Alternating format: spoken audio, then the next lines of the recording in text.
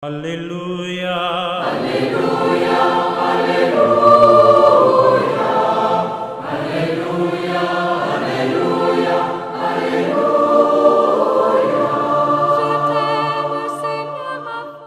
Le Seigneur soit avec vous et avec votre esprit.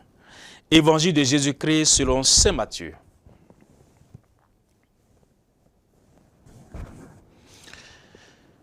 Jésus disait aux 12 apôtres, « Sur votre route, proclamez que le royaume des cieux est tout proche.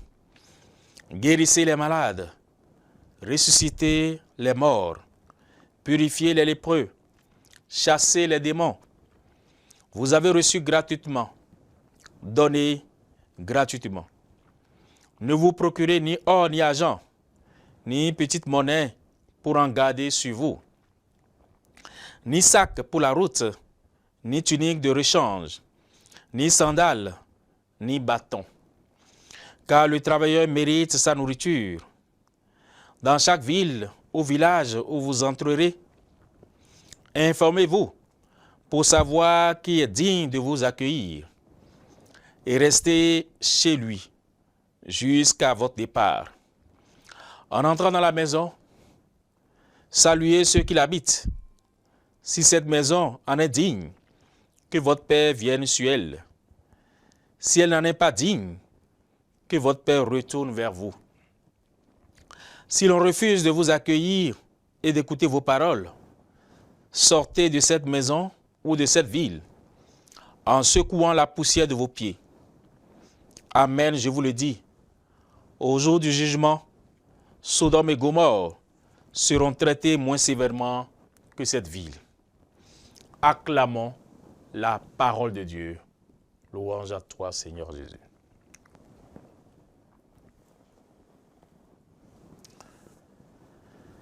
Fils et filles bien-aimés de Dieu, vous qui nous suivez depuis vos écrans et les diverses plateformes, recevez mes salutations dans le saint nom de Jésus. La péricope mathéenne proposée à notre méditation de ce jour nous soumet à l'analyse du contenu de la mission des 12. Eux qui sont envoyés avec pour mission de proclamer que le royaume des cieux est tout proche, de guérir les malades, ressusciter les morts, purifier les lépreux, expulser les démons. Nous pouvons noter que ce qui passe en premier, c'est l'annonce, bien avant les guérisons et les miracles. L'annonce, c'est-à-dire l'enseignement, passe avant tout. Mon peuple périt, faute de connaissance, nous rappelle le prophète Osée. L'annonce passe avant toute autre activité missionnaire. En recommandant en premier la proclamation de la parole de Dieu, le Christ a voulu proclamer la primauté de l'annonce sur les autres contenus de la mission. Un missionnaire qui met de côté le ministère de la parole risque de s'annoncer lui-même et d'induire le peuple en erreur loin de la lumière. Car la parole est claire et nourrie. Comme le souligne l'auteur de la lettre aux Hébreux, la parole de Dieu est vivante, énergique et plus coupante qu'une épée à 2 tranchants. Elle va jusqu'au point de partage de l'âme et de l'esprit, des jointures et des moelles. Elle juge des intentions et des pensées du cœur. Saint Paul instruit son disciple Timothée sur l'importance de la proclamation en le suppliant presque. Devant Dieu et devant le Christ Jésus qui va juger les vivants et les morts, je t'en conjure, au nom de sa manifestation de son règne, proclame la parole. Interviens à temps et à contre-temps. Dénonce le mal, fais des reproches, encourage, toujours avec patience et souci d'instruire. 2 Timothée 4, les versets 1 et 2. Les apôtres tenaient en haute estime l'annonce de la parole de Dieu. Pierre, au nom des 12, prend la parole et déclare « Il n'est pas bon que nous délaissions la parole de Dieu pour servir aux tables. » Acte 6, 2. La parole de Dieu garde sa première place dans la vie missionnaire de l'Église. Nous pouvons le lire clairement dans le compendium du catéchisme de l'Église catholique au numéro 24. La Sainte Écriture donne soutien et vigueur à la vie de l'Église. Pour les fils de l'Église, elle est solidité de la foi, nourriture et source de vie spirituelle. Elle est l'âme de la théologie et de la prédication pastorale. Le psalmiste dit qu'elle est la lumière de mes pas et la lampe de ma route.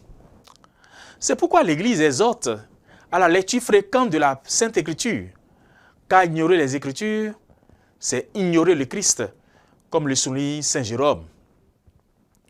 Après la proclamation de la parole de Dieu, Jésus recommande secondairement de guérir les malades, de ressusciter les morts, de purifier les lépreux et d'expulser les démons. Par quelle force, frères et sœurs, de simples hommes et de surcroît des pécheurs peuvent-ils opérer tous ces miracles? La force leur est donnée gratuitement par Jésus lui-même, maître de la mission. Avec cette utile recommandation, vous avez reçu gratuitement, donné gratuitement.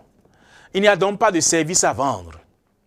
Jésus avertit également sur les freins à la mission, c'est-à-dire ce qui peut empêcher ou parasiter l'annonce. L'argent et les biens de ce monde, la recherche de sécurité, la peur du manque et bien plus. Ne vous procurez ni or, ni argent, ni monnaie de cuivre à mettre dans vos ceintures, ni sac pour la route, ni tunique de rechange, ni sandales, ni bâton. L'ouvrier, en effet, mérite sa nourriture. Frères et sœurs, c'est une évidence que l'ouvrier du Seigneur ne manque jamais de rien. Le Seigneur lui donne toujours ce qu'il lui faut pour la mission, un bon responsable ou un bon maître de la mission. Face au rejet du missionnaire, Jésus ne recommande pas la violence, comme le suggéraient les fils du tonnerre. Alors qu'un village des Samaritains refusa de recevoir Jésus, les disciples Jacques et Jean dirent « Seigneur, veux-tu que nous ordonnions qu'un feu tombe du ciel et les détruise ?» Dieu n'est pas dans la violence. On n'imposera pas sa parole par l'épée et dans le sang. C'est d'ailleurs pourquoi il les réprimanda aussitôt, pour leur indiquer que ce n'est pas la voie à suivre. En résumé, Jésus nous trace le portrait du vrai apôtre. L'apôtre annonce un salut gratuit.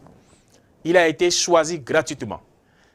Il doit donc accomplir sa mission gratuitement, dans la pauvreté d'un désintéressement absolu, dans la confiance que Dieu lui donnera le nécessaire par l'intermédiaire de ceux qui accueilleront sa parole. Le Seigneur soit avec vous et avec votre esprit, et que Dieu Tout-Puissant vous bénisse, le Père et le Fils et le Saint-Esprit. Amen. Alléluia. Alléluia.